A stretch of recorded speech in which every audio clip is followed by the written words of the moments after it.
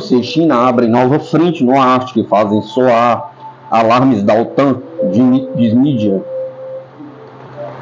A crescente presença da Rússia e China no Ártico está causando preocupação no Ocidente, afirmou ao Financial Times a professora de História Internacional na Escola de Economia de Londres, Christina Spohr. A professora observou que, apesar de a Rússia encontrar flanqueada a oeste, norte e leste pela OTAN, o país firma sua primazia geoestratégica no Ártico, combinando a sua imensa força militar com o controle da crescente atividade comercial na rota marítima do norte. Ao mesmo tempo, a China investiu $1 bilhão em projetos russos de extração de minerais e combustíveis fósseis no Ártico, desempenhando um papel cada vez maior na região. De acordo com o analista, Pequim, que tem suas próprias ambições árticas, está cooperando com Moscou para criar a nova rota da seda no marco da iniciativa do Cinturão e rota de Xi Jinping. Com isso, Pequim busca estimular o fluxo do comércio e investimentos a nível global, mediante a criação dos trajetos comerciais, um marítimo e outro terrestre, que unirão o gigante asiático com a Europa, a África e a América Latina. A professora observa que, geograficamente, a Rússia tem as rédeas do poder, enquanto a China controla os fluxos financeiros. A Rússia fornece permissões às embarcações estrangeiras para viajar ao longo da rota marítima do norte, assistência na construção de quebra-gelos nucleares, administrando seus portos no Ártico, enquanto a empresa chinesa Torgmol presta serviço de transporte costeiro na região. Segundo a mídia, as águas do norte são um ambiente marítimo disputado em nível comercial, político e militar, e, consequentemente, a presença da China e da Rússia no Mar Báltico faz soar o alarme entre os aliados da OTAN.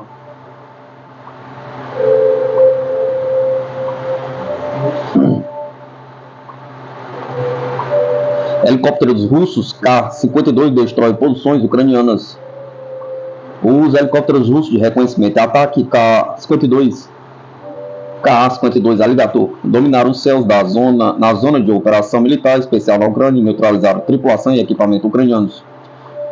Para destruir os alvos foram usadas diversas munições nas aeronaves. Como resultado, aniquilaram posições ucranianas e seus equipamentos militares. O Ka-52, apelidado de Alligator, foi projetado para destruir alvos terrestres blindados e também aéreos de baixa velocidade. O helicóptero ainda pode realizar missões de reconhecimento dessas máquinas. Entraram em ação pela primeira vez na Síria. Usado no conflito na Síria no final da década de 2010, Moscou modificou para incorporar as melhorias de suas tropas identificarem e adaptá-las às suas operações com mísseis capazes de superar as defesas antiaéreas com alcance de até 15 mil metros. O Ministério da Defesa britânico considera que esse avião de combate, conhecido na Organização do Tratado do Atlântico Norte como OCUN, um dos sistemas de armas russos mais influentes para contrariar a contraofensiva lançada por Kiev no sul do país. As Forças Armadas da Rússia prosseguem a operação militar especial na Ucrânia desde que foi anunciado pelo presidente russo Vladimir Putin em 24 de fevereiro de 2022. Segundo o chefe de Estado da Rússia, entre os objetivos principais da operação lançada estão a desmilitarização e desnazificação do país vizinho. Estados Unidos e Coreia do Sul atualizam estratégia de contenção contra a Coreia do Norte pela primeira vez em 13 anos. Washington e Seul prometeram aumentar as relações militares bilaterais, tendo em mente as atividades da Coreia do Norte. A Coreia do Sul e os Estados Unidos revisaram, nesta segunda-feira, 13 de 11 de 2023, um acordo de segurança bilateral a fim de impedir o avanço das ameaças nucleares e de mísseis da Coreia do Norte e prometeram manter a pressão sobre Pyongyang, escreveu a agência britânica Reuters. Shin Won-sik, ministro da Defesa da Coreia do Sul, Lloyd Austin, secretário de Defesa dos Estados Unidos, assinaram a Estratégia de Dissuasão Adaptada, TDS, na sigla em inglês, atualizada em convenções de segurança em Seul, informou o Ministério da Defesa sul-coreano. Ela foi criada originalmente em 2010, mas não tinha sofrido alterações desde então. O Ministério da Defesa não fez seus aliados. No entanto, os dois líderes revelaram que concordam em reforçar os exercícios conjuntos e a cooperação com o Japão para deter e se preparar melhor para qualquer ataque norte-coreano. A revisão foi considerada necessária porque a estratégia existente não abordou adequadamente os rápidos avanços nos programas nucleares de mísseis da Coreia do Norte, disse o Ministério. A Austin disse que as recentes visitas de um submarino de mísseis balísticos nucleares dos Estados Unidos e de um B-52 à Coreia do Sul foram marcos nos esforços de dissuasão e que o ritmo de tais ações poderia continuar, apesar de outras crises globais. O caça chinês surge pela primeira vez, mostrando prontidão de combate, disparando o míssil PL-10. Um vídeo inédito mostra o caça chinês J-20 lançando o míssil, demonstrando sua prontidão de combate, de acordo com o portal Bulgária Military. Um vídeo publicado nas redes sociais evidencia o avanço tecnológico da China. O míssil lançado provavelmente é um PL-10 de curto alcance que oferece vantagens táticas ao caça J-20. Primeiras imagens de um J-20 lançando um PL-10 e realizando o reabastecimento aéreo. Essas vantagens permitem que o J-20 mantenha sua furtividade em situação de combate real.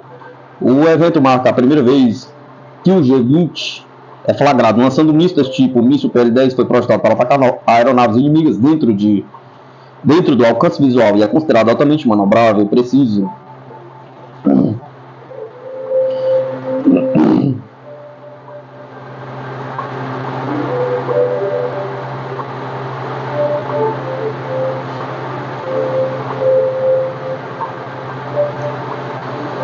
Em sinal de exaustão, França suspende transferências gratuitas de armas para a Ucrânia. A França vai deixar de fornecer à Ucrânia armas dos seus arsenais, por isso Kiev começou a comprar novas armas de empresas francesas usando dinheiro de um fundo especial. Segundo o ministro francês das Forças Armadas, Sébastien Lecornu, Paris atribuiu 200 milhões a um fundo destinado a financiar as compras diretas da Ucrânia aos fabricantes de armas franceses. O ministro francês das Forças Armadas, Sébastien Lecornu, anunciou ainda neste domingo, 12 de 11 de 2023, que a França não transferiria mais armas dos seus arsenais, encorajando Kiev a comprá-las. Até a data, a ajuda militar da França a Kiev totalizou 3,2 bilhões, aproximadamente 16,8 bilhões, de acordo com um relatório parlamentar elaborado para o Comitê de Defesa e Forças Armadas da Assembleia Nacional Francesa. A declaração de Lecornu não surgiu do nada. No final de setembro, ele visitou Kiev, acompanhado por cerca de 20 fabricantes de defesa. As transferências gratuitas não podem ser feitas indefinidamente. Em 29 de setembro, Lecornu explicou que Paris conseguiu se livrar de muitas armas antigas, transferindo-as para a Ucrânia, e agora Kiev teria de manter laços comerciais diretos com os fabricantes de armas franceses. O que está por trás da mudança? Pergunta.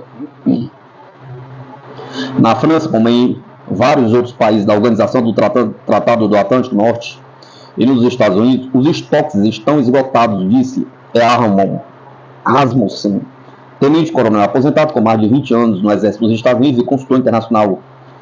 Eles estão perigosamente baixos. Eles realmente não podem se defender. E os fundos continuam a fluir. É como um buraco negro na Ucrânia. Então você está penalizando o seu próprio público também, se eles quiserem, para sua segurança, fornecer financiamento ilimitado e armas para a Ucrânia.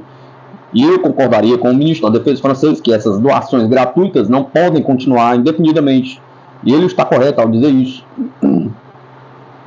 Segundo Rasmussen, os ucranianos obviamente se beneficiaram do fornecimento de armas francês, especialmente tendo em conta o fato de algumas dessas armas aparentemente terem ido para os mercados ilegais. Se você consegue de graça, por que comprá-lo? Observou ele. De acordo com o relatório parlamentar francês, Kiev obteve particularmente 30 canhões César, várias dezenas de veículos blindados de reconhecimento AMX-10RC e veículos blindados de transporte de pessoal VAB em sigla em francês, 15 obuseiros TR-F1, quase uma centena de mísseis Terra Mistral, 2 baterias de mísseis antiaéreos Crotale, cerca de 50 mísseis à superfície Scalp, Storm, Shadow, mísseis guiados antitanque Milan, barcos Zodíaco, Futuro e entre outras armas. Os ucranianos dizem que querem investimento no seu país.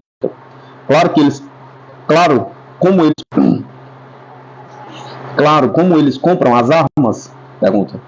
Porque eles não têm nenhuma receita real, nem nenhuma economia real. E uma vez que você começa a construir uma fábrica na Ucrânia, esse é um alvo justo para a Rússia. Acho que precisa haver uma retaliação. Quero dizer, a Ucrânia. O problema é que Provavelmente não querem fazê-lo porque as armas parecem estar desaparecendo no mercado negro e o dinheiro parece estar desaparecendo também. Quem sabe o que acontece? Pergunta. O Ocidente cavou seu próprio buraco.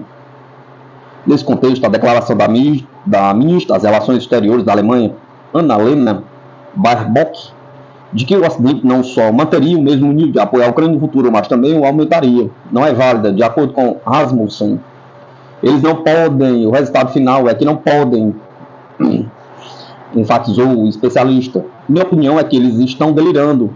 Eles estão vivendo uma realidade alternativa. Eles simplesmente não conseguem cumprir. Estive lendo um artigo outro dia sobre algo que deveria ser entregue em 2024 nos Estados Unidos para a Ucrânia. Mas não temos os produtos químicos, os suprimentos ou a capacidade para, mesmo que nossas fábricas pudessem produzi-los, não temos os suprimentos necessários para produzir as munições e as armas necessárias. Segundo Rasmussen, a questão da cadeia de abastecimento também é um problema. A maior parte da Europa não obtém os seus minerais e outras matérias-primas internamente, mas sim a partir de fornecimentos externos. E então quem é o principal fornecedor? Pergunta a Rússia, enfatizou o especialista. Então eles têm que recorrer a fontes alternativas. Uma dessas fontes é a China, e é preciso ter em mente que os Estados Unidos e os seus aliados também têm atualmente relações tensas com a República Popular, observou Rasmussen. Para complicar ainda mais a situação, os países ocidentais também têm outros contratos, continuou ele. Agora temos o conflito no Oriente Médio aquecendo. E então para onde vão as suas prioridades? Pergunta. Os Estados Unidos parecem ter certeza de que a sua prioridade é Israel.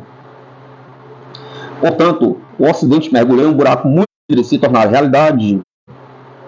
Veremos uma nova escalada e quem sabe onde isso poderá levar. E então, ao mesmo tempo, temos um conflito potencialmente multifacetado acontecendo entre a Europa, o Oriente Médio e talvez a Ásia também. Portanto, não é uma boa situação, concluiu Rasmussen.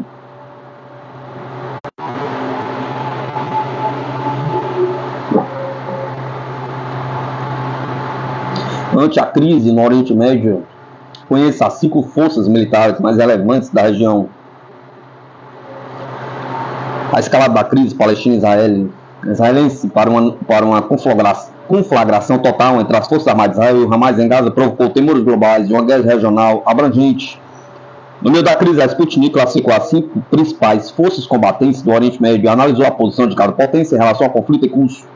A escalada de crise palestina-israelense em 7 de outubro foi acompanhada por um grande aumento das tensões regionais, com os Estados Unidos destacando 2 grupos de ataques de porta-aviões, pelo menos um submarino armado com mísseis de cruzeiro Tomahawk, milhares de fuzileiros navais e aeronaves adicionais para operações em águas e bases na região. Washington complementou estas mobilizações com ameaças contra a potência militar regional, o Irã, arqui-inimigo de Israel, ameaçando a República Islâmica com a resposta imediata a quaisquer ações provocativas de Teherã ou dos seus representantes no meio de uma onda de ataques contra as forças dos Estados Unidos na Síria e no Iraque.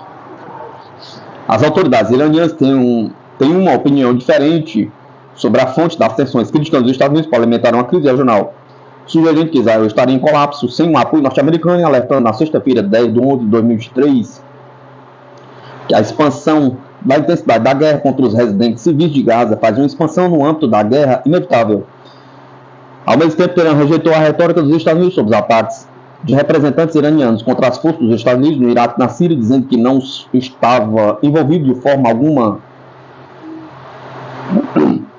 Israel e Irã são 2 das 5 maiores potências militares do Oriente Médio atualmente. Descubra por quê e obtenha mais detalhes sobre os outros 3 logo abaixo. As Forças Armadas de Israel foram consideradas uma das 5 potências militares mais poderosas do Médio Oriente desde o início do país, em 1948. Desde então, Israel travou mais de uma dúzia de grandes guerras, começando com a Primeira Guerra Árabe-Israelense, 1948 e 1949. Durante o resto do século XX e início do século XXI, Israel demonstraria uma capacidade de se envolver em operações ofensivas e defensivas em paralelo com qualquer outra potência regional, combatendo as forças combinadas do Egito, Jordânia e Síria em junho de 1967, paralisando o Egito e as forças sírias durante a guerra do Yom Kippur, de outubro de 1973, invadindo a Líbia em 1982, ocupando a porção sul do país até o ano 2000 e combatendo a primeira e segunda intifadas palestina, 1987 e 1993, 2000 e 2005, respectivamente. Embora estes conflitos demonstrassem aos vizinhos que o exército de Israel não poderia ser derrotado em uma guerra terrestre convencional, ou através de uma guerra de baixa intensidade travada por milícias palestinas mal armadas, os princípios da guerra assimétrica do início do século XXI demonstraram que, apesar das suas vantagens em recursos financeiros, armas e tecnologia, as Forças Armadas de Israel não são uma força de combate invencível em nenhum lugar. Isto foi demonstrado mais claramente do que durante a Guerra do Líbano em 2006. Ao contrário da maioria dos conflitos anteriores, Israel revelou-se incapaz de garantir uma vitória rápida. Na verdade, ao longo de um mês de combates, as Forças Armadas de Israel sofreram a perda de 121 soldados e 1.244 feridos, com mais de 20 dos seus temíveis tanques Merkavah destruídos e dezenas de outros danificados por dispositivos explosivos improvisados e armas antitanques portáteis. Estima-se que as Forças Armadas libanesas do Hezbollah, em menor número, pelo menos em uma ordem de grandeza de até 30 para um durante os últimos dias de conflito, tenham sofrido 250 combatentes mortos, com Israel falhando no seu objetivo declarado de destruir ou degradar a milícia, a guerra terminada com um cessar-fogo mediado pela ONU. Ao mesmo tempo, os ataques aéreos e de artilharia israelenses custaram cerca de 2,8 bilhões em danos diretos de guerra, com 1 milhão de civis libaneses deslocados e até 640 quilômetros de estradas, 73 pontos e outros 31 alvos, incluindo aeroportos, estações de tratamento de água, esgotos, instalações elétricas e usinas de combustíveis danificados ou destruídos.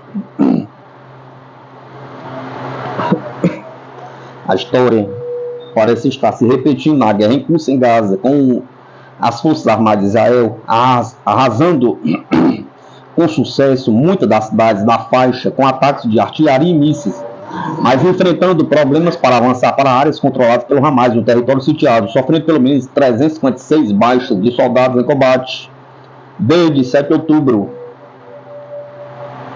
E o Hamas alegando a destruição ou inutilização de cerca de 136 veículos militares israelenses. As Forças Armadas de Israel não confirmaram esses números. As baixas do Hamas desde o início da incursão em Gaza são desconhecidas, embora os militares israelenses relatem a morte de até 150 militantes por dia. A força total da milícia foi anteriormente estimada entre 20 mil e 30 mil homens. O Instituto Internacional de Estudos Estratégicos estima o efetivo total das Forças Armadas israelenses em 169.500 ativos e 465 mil reservistas, 360 mil dos quais foram convocados após o 7 de outubro. O Instituto Internacional de Pesquisa para a Paz de Estocolmo estimou o orçamento militar de Israel em 23,4 bilhões em 2022, incluindo 3,18 bilhões em ajuda militar anual dos Estados Unidos. As Forças Armadas de Israel têm 3 ramos de serviços: as Forças Terrestres, a Força Aérea e a Marinha, e 4 comandos separados: Norte, Central, Sul e Frente Interna. Israel tem um dos maiores e mais diversos e lucrativos complexos industriais e militares do mundo, com o país produzindo uma série de aeronaves nacionais de conversão derivadas, drones, mísseis, radares, sistemas de guerra eletrônica e até satélites. Os principais armamentos locais incluem o sistema de defesa aérea e antimísseis Cúpula de Ferro, Aram e Devlin Sling, a série de mísseis Jericó com capacidade nuclear, armas pequenas de fabricação nacional como a pistola Desert Eagle e a metralhadora leve Negev e a submetralhadora Uzi e a série de tanques Merkavah. Com o apoio financeiro dos Estados Unidos, Israel conseguiu adquirir os melhores e mais recentes sistemas de armas norte-americanos, tornando-se um dos principais países a receber o avião de combate Lockheed Martin F-35, que Israel personalizou fortemente para incluir itens de aviação local e a capacidade de lançar mísseis e bombas de fabricação israelense. Para completar, Israel é um estado suspeito de ter armas nucleares. O país não configura nem nega o seu status em uma política conhecida como ambiguidade deliberada. O SPRI estima que Israel possui até 80 armas nucleares, aéreas e com mísseis. Analistas de segurança dos Estados Unidos e de Israel referem-se à estratégia nuclear de Israel como a opção de Sansão, uma referência à figura bíblica do Antigo Testamento, Sansão, cuja lenda diz que derrubou o templo filisteu e enterrou a si mesmo e a milhares de filisteus vivos para evitar que fossem escravizados. A opção de Sansão assume igualmente que Israel lançaria as suas armas nucleares contra os inimigos em um desesperado ato final de vingança se as suas forças armadas convencionais alguma vez fossem invadidas. O provável status nuclear de Israel torna indiscutivelmente a força militar mais poderosa do Oriente Médio. Irã. O Irã é outra grande potência militar no Oriente Médio, com um exército permanente em serviço ativo de 350 mil soldados, mais 37 mil funcionários da Força Aérea, 18 mil militares da Marinha e 15 mil soldados de defesa aérea, e um contingente de 230 mil soldados de elite do Corpo de Guardiões da Revolução Islâmica, dos quais 150 mil nas forças terrestres, 40 mil paramilitares, 20 mil na Marinha das Forças Armadas do Irã e 15 mil nas Forças Aéreas de Defesa Aérea. O Irã tem uma das maiores contingentes militares em serviço ativo do Médio Oriente, além de pelo menos 350 mil militares da reserva para recorrer em caso de emergência. O país tinha um orçamento militar equivalente a cerca de 6,8 bilhões em 2022. Tal como o Irã,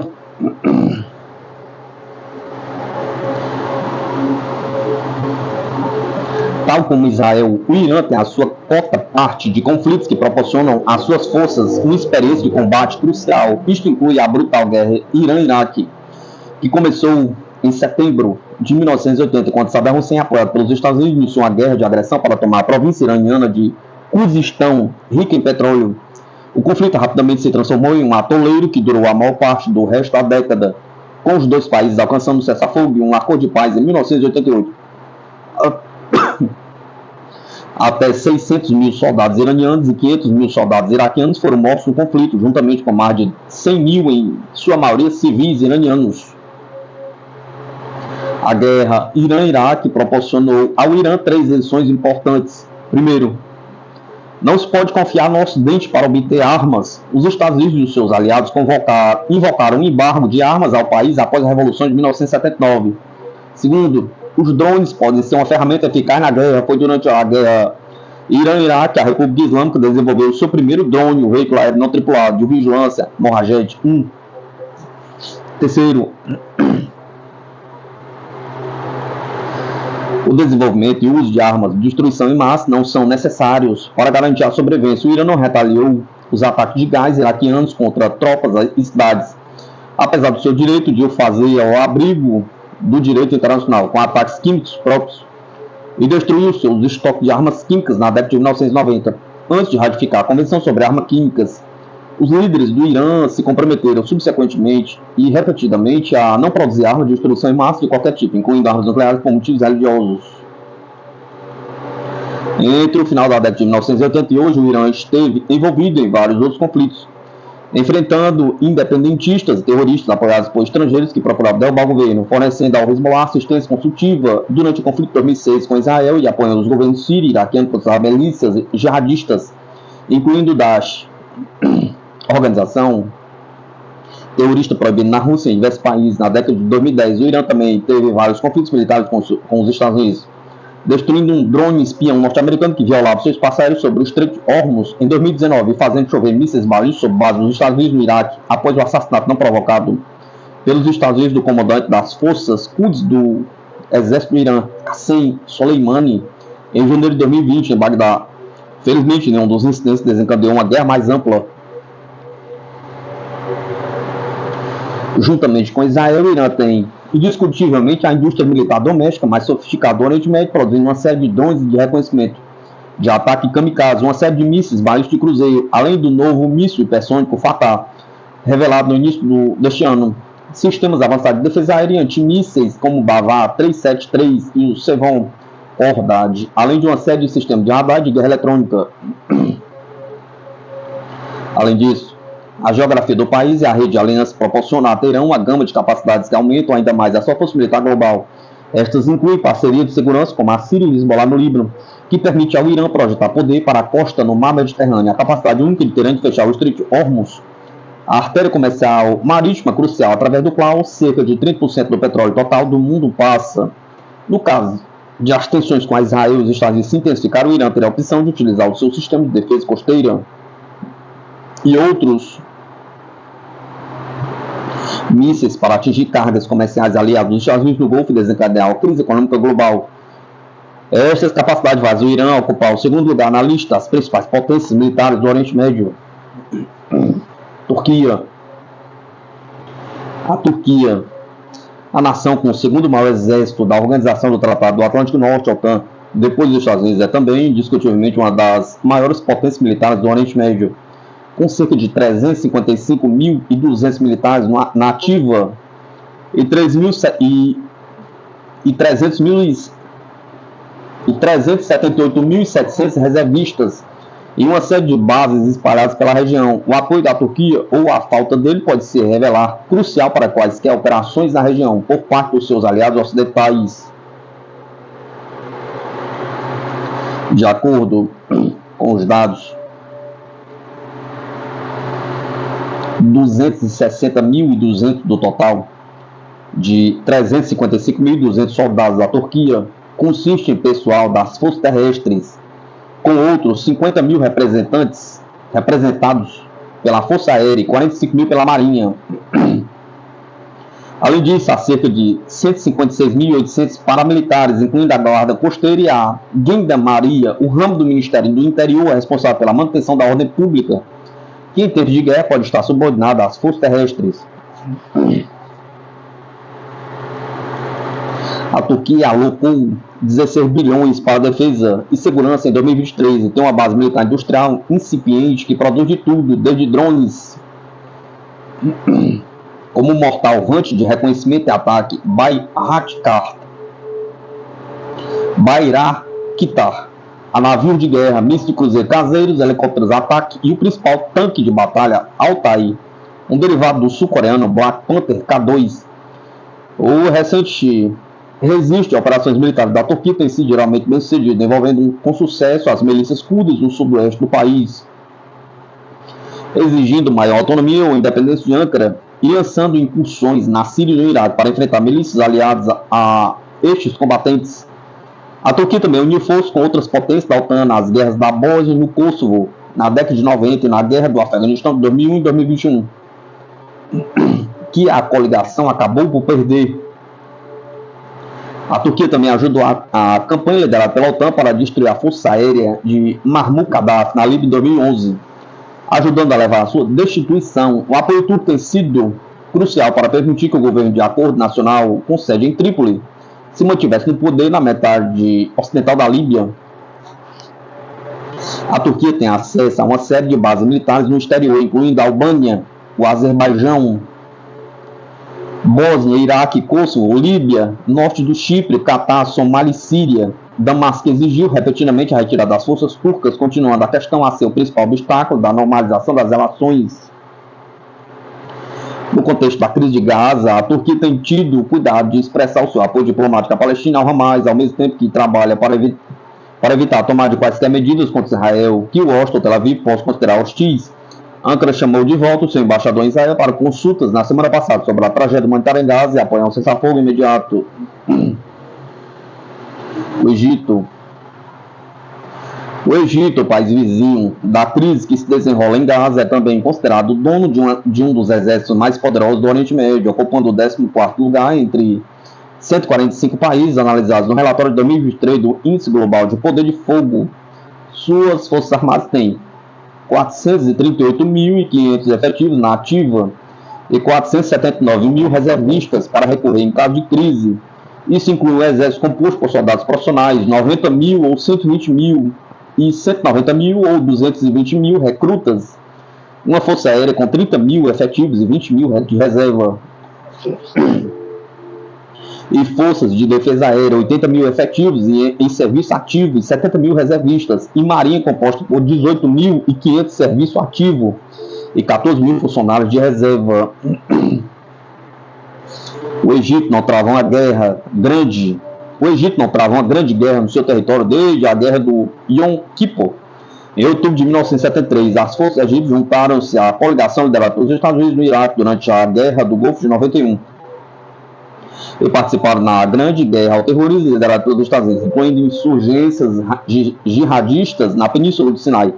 Os militares participaram na deposição do presidente Mohamed Morsi em 2013, seguida de uma repressão à Irmandade Muçulmana. As forças egípcias também se juntaram à operação liderada pelos sauditas no Iêmen, que começou em 2015.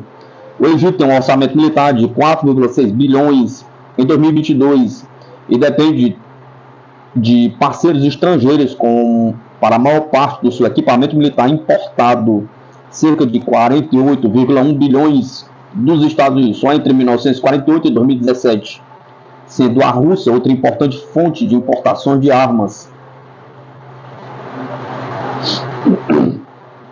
A Arábia Saudita. O Reino da Arábia Saudita ocupa o 5º lugar na classificação do índice global de poder de fogo das 5 principais potências militares do Oriente Médio e o 22º no índice geral, com um orçamento militar colossal de 69,1 bilhões em 2023. O país tem sido consistentemente classificado entre os 10 principais países do mundo em termos dos maiores orçamentos militares, ocupando o 5º lugar em 2022, por exemplo. As Forças Armadas Sauditas têm 257 mil efetivos em serviço ativo e estão divididos em exército, 75 mil soldados, marinha, 40.500, incluindo 10 mil fuzileiros navais de elite, força aérea, 25 mil soldados, tropa de defesa aérea, 16 mil e força de mísseis estratégicos, 2.500 pessoas. O reino depende dos Estados Unidos para a esmagadora maioria do seu equipamento militar, como a França e a Espanha, representando grande parte do restante, 6,4 e 4,9 respectivamente. Este equipamento inclui tanques Abrams e veículos de combate Bradley, helicópteros de ataque Apache e sistema de mísseis Patriot e outros sistemas avançados dos Estados Unidos. A Arábia Saudita emergiu entre os vencedores durante a Guerra do Golfo de 91, como parte da coligação liderada pelos Estados Unidos, e participou na Operação Solter Watch, Vigilância do Sul, zona de exclusão aérea no Iraque durante a década de 1990. O reino também se juntou à coligação ocidental na guerra de 2014 e 2017 contra o Daesh. A Arábia Saudita se juntou a outras potências no apelo a um cessar-fogo imediato em Gaza. A crise israelo-palestina teria suspendido as negociações de normalização com Israel. A crise de Gaza, combinada com o surpreendente pacto de normalização das relações entre a Arábia Saudita e o Irã, alcançado em março deste ano, e a decisão de Riad de se juntar ao bloco de nações BRICS, formado outra. Exército francês usa cadáveres de animais para acostumar recrutas ucranianos ao cheiro da morte. Para ensinar recrutas ucranianos a atacarem trincheiras militares franceses de um centro de treinamento não nomeado, estão utilizando cadáveres de animais, informou uma publicação política, citando como fontes oficiais franceses. O objetivo da iniciativa mórbida seria fazer com que os soldados das Forças Armadas ucranianas se habituem ao cheiro da morte, disse a mídia. A Ucrânia recorreu à França com um pedido para preparar os futuros soldados para resistir às duras condições de batalha e operarem em condições frias e barulhentas, com falta de sono. As carcaças dos animais mortos são espalhadas nas trincheiras para que os ucranianos se habituem ao cheiro da morte. Diversos países europeus estão treinando os ucranianos, que, de acordo com os analistas militares, já perderam 2 exércitos e agora perdem o terceiro com a fracassada contra-ofensiva de Zelensky. O treinamento francês, nota a publicação, vai em ambas as direções. Atualmente, o exército ucraniano é o que mais possui experiência lutando contra as forças russas, e suas críticas servem de ensinamento para o melhoramento do próprio programa, que deve treinar cerca de 7 mil novos recrutas.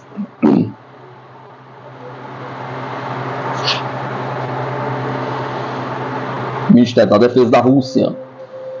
Russos rebatem 2 ataques na direção de Donetsk. Ucranianos sofrem cerca de 200 baixas. Segundo o Ministério da Defesa da Rússia, além de centenas de militares da Ucrânia eliminados nas várias direções estratégicas, foram repelidos ataques e destruídos equipamentos como museiros e radares na Zepang Sul, em cooperação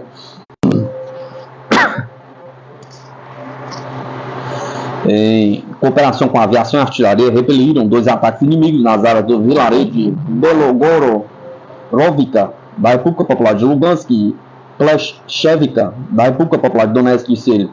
As perdas totais do inimigo nas últimas 24 horas foram de 205 militares, 2 veículos de combate blindados e 2 pontos de comando de veículos aéreos não tripulados, detalhou o Ministério. Já nas direções de Zaporozhye e Kherson, as tropas ucranianas foram relatadas como tendo sofrido até 100 baixas, inclusive durante uma tentativa de ataque, além de terem perdido 2 carros, 2 picapes e 2 obuseiros MSTB.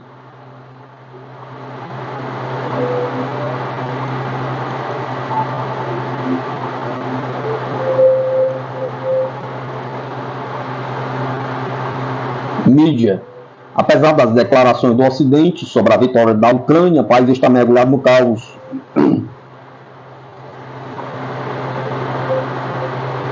Apesar das informações propagandísticas do Ocidente sobre a iminente vitória da Ucrânia, isso não aconteceu e o país está mergulhado no caos, escreve a revista polonesa do Rzeczki.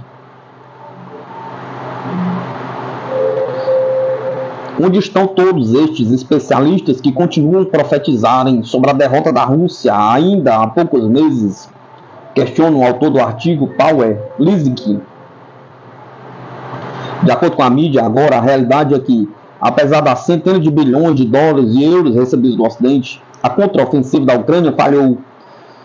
Comprovando o seu raciocínio, o jornalista observa como o comandante em chefe das Forças Armadas da Ucrânia, Valery Zaluzhnyi, em entrevista ao The Economist, admitiu que o conflito chegou a um impasse e as especulações sobre a possibilidade de tomar a Crimeia eram infundadas. Destaque que, além disso, na liderança de Kiev está surgindo uma divisão entre o presidente do país, Zelensky, e seus generais. A revista acrescenta que, além dos problemas internos que a Ucrânia está enfrentando, a atenção do mundo se focou no Oriente Médio. Por fim, os próprios norte-americanos estão cansados de apoiar Zelensky, o que é evidenciado pelo aumento da popularidade de Donald Trump, o principal adversário da política atual do líder dos Estados Unidos, John Biden. Em abril de 2022, os Estados Unidos persuadiram a Ucrânia a continuar o conflito, prometendo esmagar a Rússia, mas hoje se pode ver que isso foi um erro fatal. O país pode perder parte do seu território e mergulhar no caos, concluiu o artigo. Moscou tem repetidamente indicado que está pronta para negociações, mas que proibiu-as a nível legislativo. O Ocidente está constantemente apelando à Rússia para negociações, para os quais autoridades russas têm mostrado prontidão. Mas, ao mesmo tempo, os países ocidentais ignoram as constantes recusas de Kiev ao diálogo.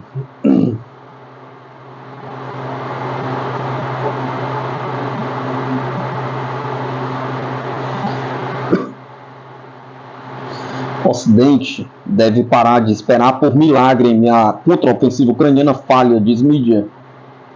A contraofensiva das Forças Armadas ucranianas fracassou completamente. O Ocidente deve parar de esperar por um milagre, de acordo com um artigo do jornal alemão Frankfurter Allgemeine. O exército russo estava perfeitamente preparado, o que foi fatal para os ucranianos. Colunas blindadas da Ucrânia foram destruídas em campos minados, os soldados estavam sob constante fogo de artilharia, as perdas foram enormes, ressalta a publicação. Além disso, Kiev recebeu apenas uma pequena parte das armas prometidas. E enquanto as discussões sobre o fornecimento de equipamentos ocidentais estavam em andamento, o exército russo teve tempo para fortalecer sua defesa, escreve a mídia. Segundo o artigo, a Ucrânia pôs a barra muito alta. O autor da publicação lembra as palavras do chefe do Serviço de Inteligência da Ucrânia, Kirill Budanov, que diz que as Forças Armadas ucranianas recuperariam a Crimeia até o verão europeu. Assim, as expectativas da contraofensiva são radicalmente diferentes da realidade, destacou o jornal alemão. Portanto, quando a ministra das Relações Exteriores da Alemanha, Annalena Baerbock, disse em Kiev que a União Europeia logo se estenderia de Lisboa a Lugansk, ela parecia estar esperando por um milagre, resumiu um artigo. Anteriormente, o comandante em chefe das Forças Armadas ucranianas, Valery Zaluzhnyi, afirmou à revista The Economist que as Forças Armadas ucranianas estão em um beco sem saída. Muito provavelmente não haverá um avanço profundo e bonito, afirmou As Forças Armadas ucranianas conduzem uma contraofensiva nas regiões a sul de Donetsk, Artyomovsk e Zaporozhye há 6 meses, lançando nas batalhas brigadas treinadas pela OTAN e armadas com equipamentos estrangeiros, mas elas não conseguiram obter sucesso em nenhuma das seções do fronte.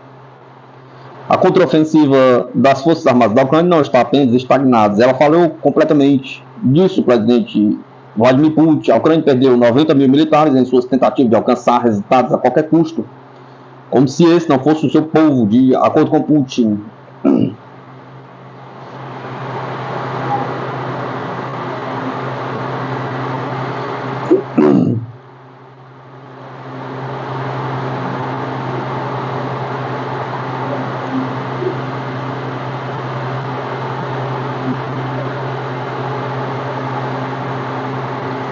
Por que o mundo multipolar assusta o tio Sam? Pergunta. Em entrevista ao podcast Mundioca, da Sputnik Brasil, o especialista explica por que a perda de poder econômico assusta os Estados Unidos e por que Washington teme a Rússia e a China. Um relatório publicado recentemente pelo Pentágono listou os principais desafios estratégicos atuais para a segurança dos Estados Unidos. O documento aponta a Rússia e a China como desestabilizadores da ordem global. Tal fato expõe o temor de Washington em relação à ascensão do mundo multipolar, liderado por Moscou e Pequim, a perda da influência americana ao redor do mundo.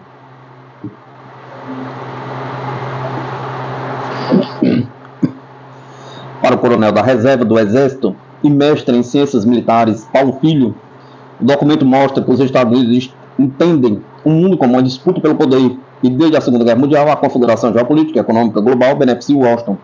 Nesse contexto, ele afirma que a ascensão de novos atores, no caso Rússia e China, com tentativa de mudar a ordem vigente, é considerado pelos Estados Unidos uma ameaça. Os Estados Unidos notaram uma mudança na ordem internacional, uma emergência de novos atores e reagem a essa emergência, explica Paulo Filho. Ele acrescenta que os Estados Unidos sempre se colocaram desde a sua criação como uma espécie de entidade com uma missão, uma visão missionária do mundo, e que a melhor maneira do mundo se regular, o melhor sistema seria o próprio sistema de democracia liberal.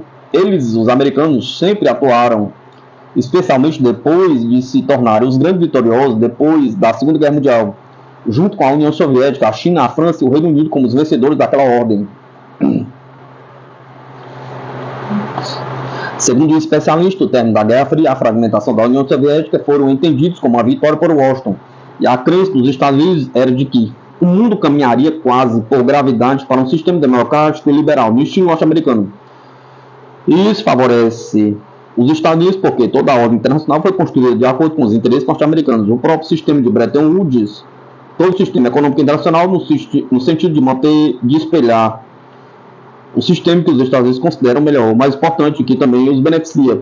Quando surgiu a emergência da China e Rússia, passou a atuar também defendendo seus interesses.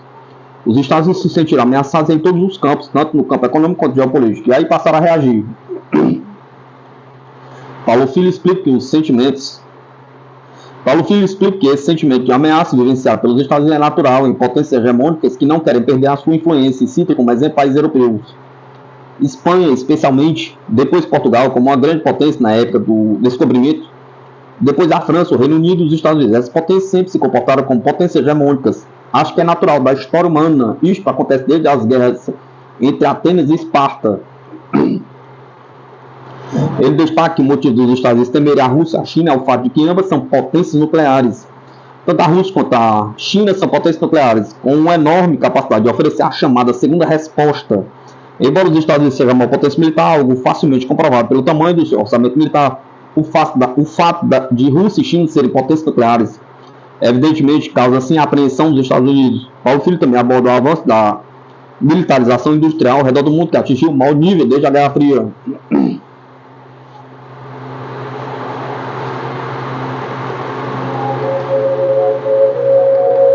Nós estamos vivendo o momento mais perigoso da nossa geração. O momento mais perigoso que ocorreu no mundo antes do atual foi a crise dos mísseis na década de 1960.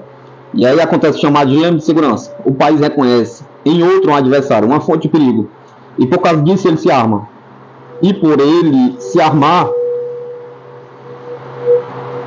Aquele adversário também reconhece nele uma fonte de perigo e também se arma. É o chamado dilema de segurança, mais popularmente conhecido como corrida armamentista. O especialista acrescenta que isso é o que está ocorrendo atualmente na Europa e cita como exemplo o fato de a Suécia, a Finlândia, antes países historicamente neutros, terem entrado para a Organização do Tratado do Atlântico Norte. E também o caso do Mar do Sul da China. Isso acontece com a China e as Filipinas, por exemplo, que estão tendo atritos no Mar do Sul da China. Isso acontece em vários lugares do mundo, na Europa e na África. Nós temos inúmeras guerras na África. O especialista destaca que atualmente o dilema de segurança está presente em todo o mundo, com exceção da América do Sul.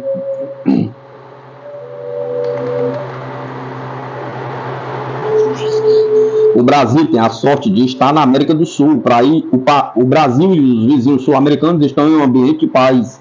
Nós não temos nenhuma ameaça latente com nenhum dos nossos vizinhos, então esse dilema de segurança não é uma realidade para nós. Agora, nós vamos ser cada vez mais pressionados no ambiente internacional e nos posicionarmos de um lado ou de outro, explica Paulo Filho.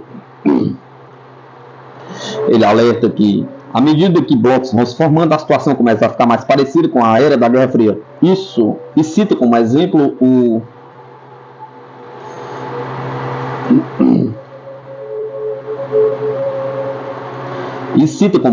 ingresso do Irã nos BRICS. O Irã é colocado como inimigo dos Estados Unidos. Se o BRICS começa a se comportar como um bloco geopolítico, os Estados Unidos que estão aqui no nosso hemisfério, nossos vizinhos, vão olhar para nós e falar: "E aí, Brasil, você vai ficar de que lado? E aí, Brasil, você vai ficar de que lado?" Pergunta. "Do lado da China, da Índia, do Irã ou do meu lado?" Pergunta. Então nós vamos começar a ser mais pressionados. Não tem como fugir dessa tensão geopolítica global. Mesmo estando em um subcontinente pacífico como o nosso, essa tensão geopolítica vai nos atingir também. Ainda sobre o BRICS, Paulo Filho destaca que o processo de desdolarização observado na economia global e a intenção do grupo de lançar uma moeda única também são vistos pelos Estados Unidos como ameaça. A ordem internacional que os Estados Unidos construíram depois do pós-guerra, essa hegemonia se deve muito à utilização do dólar como uma moeda franca, como uma moeda das transações comerciais internacionais. Afinal de contas, os Estados Unidos podem emitir moedas separadas, sem medo de ser felizes e sem gerar inflação, porque vai ser utilizada por alguém em outro país. Isso é a vantagem competitiva enorme para os Estados Unidos. Então, quando os Estados Unidos percebem essa tentativa de mudar isso, se sentem ameaçados.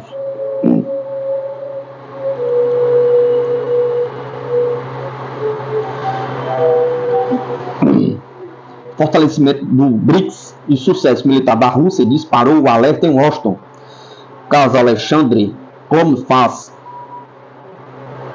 advogado na área de direito internacional com atuação na área de inteligência corporativa e mestrando na Escola Superior de Guerra, argumenta que a perda de influência dos Estados Unidos não começou agora, mas com a campanha fracassada no Vietnã.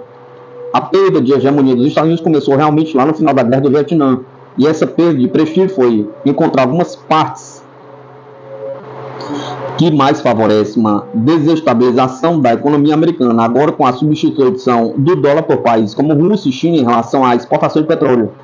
Então, realmente, acho que começa a ser uma atitude dos Estados Unidos de demonstrar insegurança diante da falta de prestígio pela qual estão passando no momento.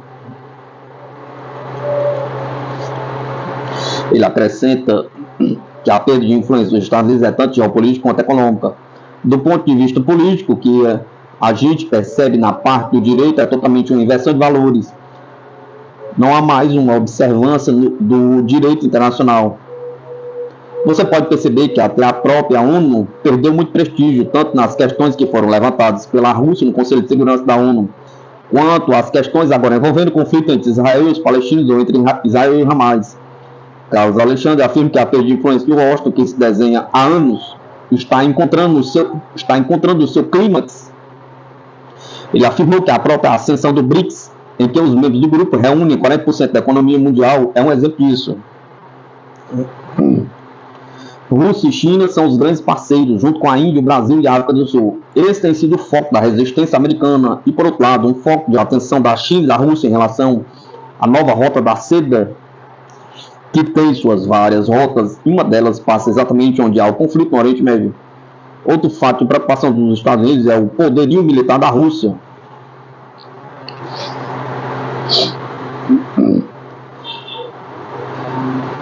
Comprovado com a bem-sucedida campanha militar russa na Ucrânia, apesar dos esforços de aliados ocidentais de Kiev,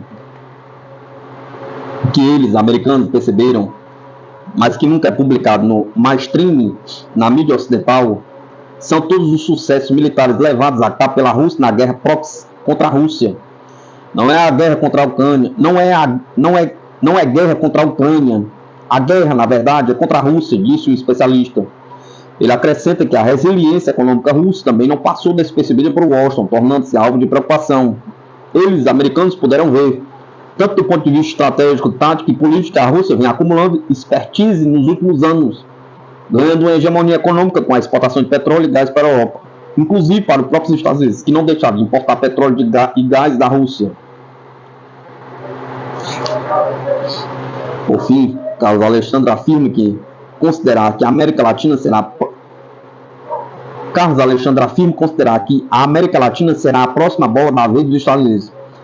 Há uma preocupação dos Estados Unidos, porque aqui é o quintal deles. A doutrina Monroe, muito antiga, já falava que a América é para os americanos. Então ela nasceu no sentido de querer afastar a Europa, de interferir nos assuntos da América, porque, como diziam os norte-americanos, aqui quem manda sou eu.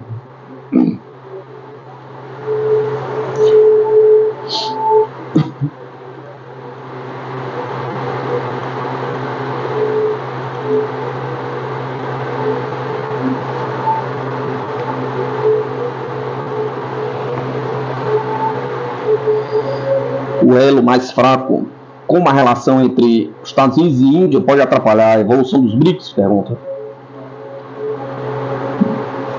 Nos últimos anos, o BRICS vem se fortalecendo como grupo, defendendo pautas como a multipolaridade, as relações internacionais e a luta por maior voz para países emergentes na governança global. Entretanto, a evolução do BRICS pode estar em xeque, a depender do comportamento de uma de suas principais potências fundadoras, a saber, da Índia. Isso se dá por um motivo básico em função das relações de Nova Delhi com Washington, baseadas na interpretação de que a China é um potencial adversário de ambos, e especialmente da Índia na região do Indo-Pacífico. Ora, a estratégia de dividir para conquistar é um velho axioma das relações internacionais, que os Estados Unidos sempre usaram muito bem. Com o BRICS, os americanos também procuram usar essa estratégia para tentar implodir o grupo de dentro, enfraquecendo sua coesão interna por meio das relações da Casa Branca com dois países em especial. O primeiro deles é o Brasil, que se encontra geograficamente trancado no mesmo continente da superpotência, logo mais suscetível à influência e à intervenção direta estadunidense em sua política doméstica e externa. O segundo país é justamente a Índia, que por um longo período da sua história esteve sob o jugo anglo-saxão, quando teve seu território controlado pelo Império Britânico a partir do século XIX. Hoje é por meio da construção de uma imagem da China como uma ameaça global e regional que Washington fundamenta suas relações de segurança com os políticos indianos. Essa estratégia de cooperação entre Nova Delhi e Estados Unidos é inteiramente matizada pela interpretação de que a China é um poder expansionista e que busca demover a Índia de sua posição de influência no sul da Ásia.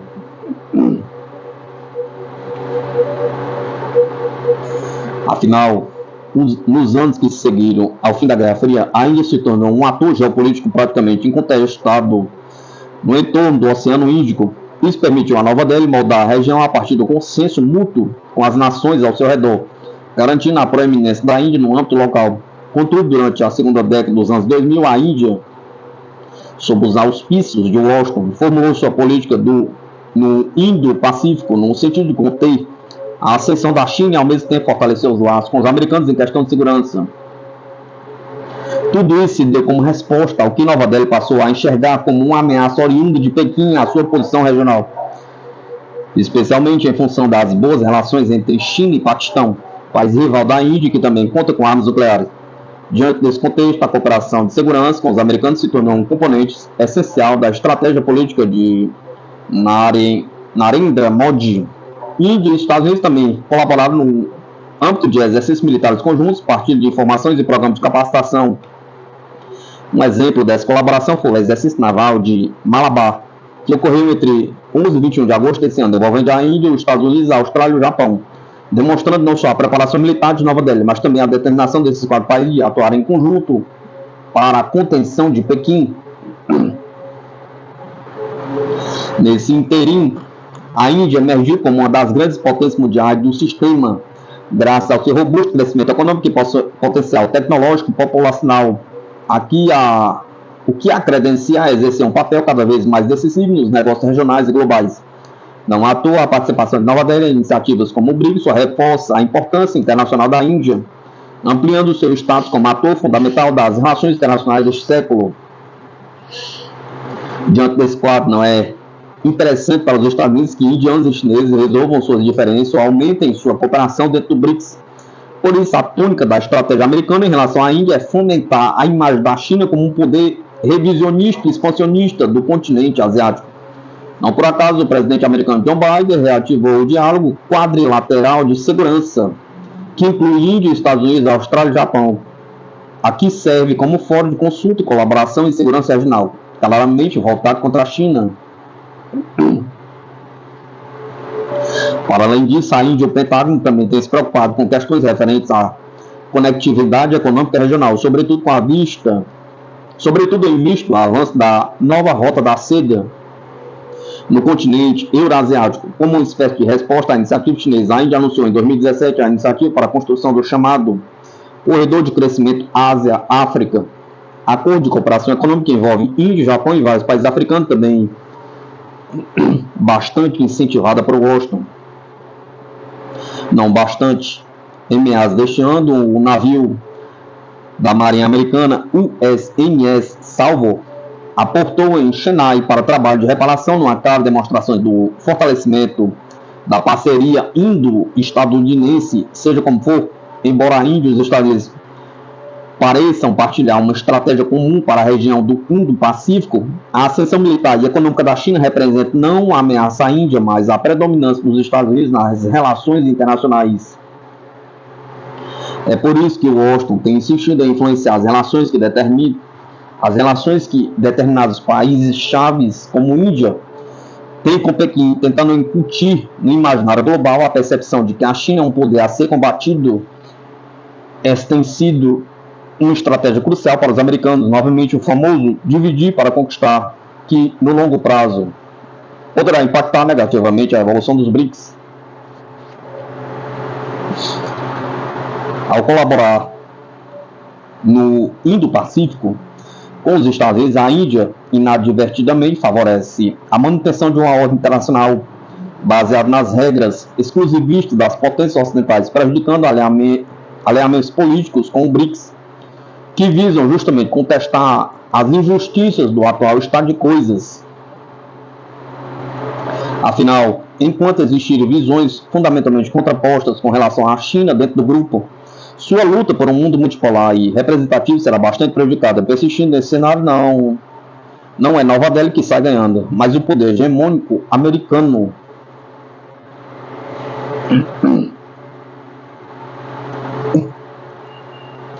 Brasil e países africanos têm desafios comuns no Atlântico Sul, diz capitão da fragata da Marinha. A Marinha do Brasil encerrou na última semana exercício militar em conjunto com forças navais de Angola, Costa do Marfim, Namíbia e Togo, iniciada em setembro com a chegada da fragata em solo brasileiro. A missão visava capacitar as forças da costa oeste africana, abrangendo desde o enfrentamento da pirataria, sequestro de pessoas, tráfico de armas e drogas, até operações de socorro e salvamento. O intuito também é fortalecer laços e promover a segurança marítima da região. Em entrevista exclusiva à Sputnik Brasil, o capitão da embarcação Leonardo Gomes Barros discutiu os significativos avanços e contribuições resultantes da recente participação em exércitos militares multinacionais na África. Ele avalia que a Marinha do Brasil desempenha papel crucial na operação Grand African Nemo, fortalecendo sua imagem de aprimoramento e interoperabilidade regional do Atlântico Sul, consolidando o país como um ator geopolítico relevante na região.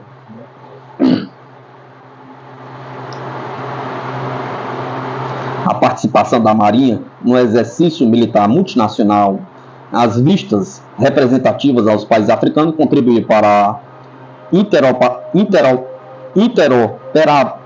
interoperabilidade regional dos países do Atlântico Sul no enfrentamento em segurança marítima, bem como para fortalecimento de laços de amizade entre os países. O capitão ressalta a importância em compartilhar conhecimento que possibilita a adaptação de técnicas africanas ao modelo vigente brasileiro e vice-versa.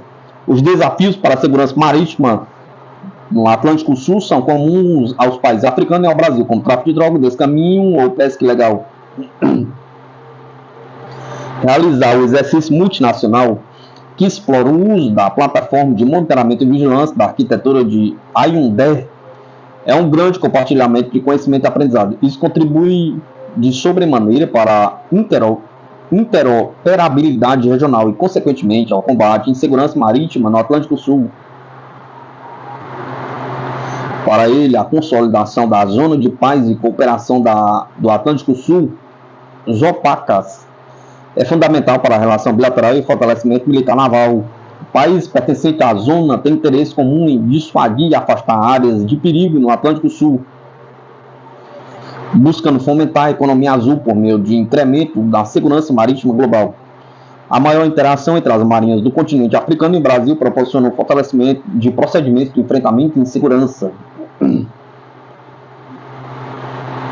Por fim, ele ressalta outras missões em curso, como as Obangame Express, Grand Africa Nemo, Guinex, no continente africano, e outras como a Fraterno Unitas Bogatum, na América do Sul. Quais os países que compõem a ZOPACAS na atualidade? Pergunta. O ZOPACAS é integrado por 24 países, sendo eles África do Sul, Angola, Argentina, Benin, Brasil, Cabo Verde, Camarões, Congo, Brazzaville, Congo, Costa do Marfim, Gabão, Gâmbia, Gana, Guiné-Bissau, Guiné Equatorial, Libéria, Namíbia, Nigéria, São Tomé e Príncipe, Senegal, Serra Leoa, Togo e Uruguai, conforme a resolução de 1986 das Nações Unidas. O comandante Robson Farinazzi, oficial da Reserva da Marinha, apresentador do canal Arte da Guerra, comenta que havia maior prioridade dada por governos anteriores, especialmente durante as primeiras gestões de Luiz Inácio. No entanto, a reunião ministerial em Cabo Verde, ocorrida em abril deste ano, trouxe os países membros da ZOPACAS de volta à mesa de discussões após o intervalo desde 2003. Ele ressalta a importância do Atlântico Sul para o Brasil, destacando a dependência do país de exportações e importações, bem como a necessidade de fortalecimento naval para garantir linhas de comunicações marítimas seguras e portos abertos. É o maior desafio estratégico do nosso país, porque dependemos de exportações e importações, lógico. Se pudermos contar com apoio e cooperação de marinhas amigas nesse sentido, eu acho muito importante. Onde a Marinha atua? Pergunta. A Marinha do Brasil é um dos 3 ramos das Forças Armadas do Brasil, responsável por conduzir operações navais, sendo a maior da América do Sul e da América Latina, e a segunda maior da América. A instituição é vista como uma peça importante da segurança do Atlântico Sul. Farinazzi comenta que o período dos militares na África contribuiu para o desenvolvimento militar e de imagem da Marinha brasileira, consolidando o laço diplomático e fortalecendo a posição do Brasil no cenário internacional. A Marinha não é um corpo independente, ela segue a política externa do Brasil. A Marinha, seguindo os passos da política externa do Brasil, deve ampliar a cooperação não só com as marinhas do país da África, mas também do Oriente Médio, outras nações sul-americanas, Europa, etc. Diante de desafios globais, especialmente destacando conflitos recentes como em Israel, o comandante sublinhou a necessidade de o Brasil investir em capacidade de defesa avançadas, como mísseis de longo alcance e drones, para proteger suas linhas de comunicação marítimas e garantir a segurança nacional. O Brasil é um país que se relaciona bem com todo mundo. Nós não temos problemas de fronteira com ninguém, não no atual momento. Então o Brasil procura cooperar com as marinhas das nações amigas, mas precisamos pensar estrategicamente. Ainda assim, segundo ele, o bom desempenho do militar brasileiro em território internacional faz com que o histórico positivo pese a favor. O militar brasileiro é altamente competente, empenhado. Ele já é empenhado nos serviços no Brasil. Imagina quando você está lidando com o exterior. Pense que a missão tem bom resultado e que o relacionamento militar do Brasil com outros países sempre foi muito bom. Ressalta, comentando também a atuação militar brasileira durante a Segunda Guerra Mundial em Suez e no Haiti. O especialista explica que o Brasil oferece treinamento a outros países, tais como técnicas de guerra de selva, guerra da caatinga, operações urbanas e missões de força do país. Vale ressaltar que a Marinha atua não somente protegendo o litoral, mas também rios e lagos em todo o território brasileiro.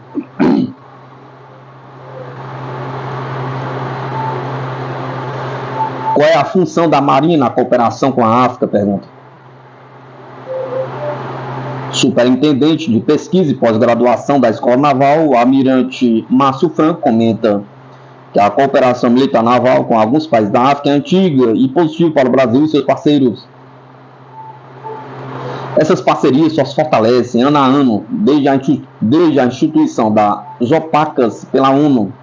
Os países africanos veem o Brasil como um amplo parceiro em diferentes campos, especialmente no econômico, social e militar. A imagem da Marinha do Brasil é a melhor possível. Somos muito bem recebidos em qualquer porto de países amigos. As cooperações militar-naval abrangem do apoio ao treinamento básico até a formação de pessoal especializado na condução de embarcações, incluindo máquinas e navegação. Para ele, a missão atual é uma das centenas de iniciativas já conduzidas que trazem valor de cooperação. As técnicas treinadas e repassadas são de conhecimento internacional. Não há novidades nessas técnicas de cooperação. O que a Marinha aplica são apenas ações de boa vontade e maior aproximação com os países visitados. Quando solicitados, realizamos o treinamento conjunto. Embora eu não fale por toda a instituição, a Marinha é muito zelosa com a cooperação internacional, que ao final contribui para a imagem positiva do país. Essas ações refletem o compromisso e a responsabilidade do Brasil em ser um parceiro confiável, fortalecendo os laços e a compreensão mútua entre as nações. Por fim, ele ressalta que a cooperações na formação de soldados fuzileiros navais, o que é muito salutar, pois cria uma estreita ligação entre o instrutor e o aluno e, consequentemente, com a terra a que pertencem. Todas as formas de cooperação são muito bem avaliadas.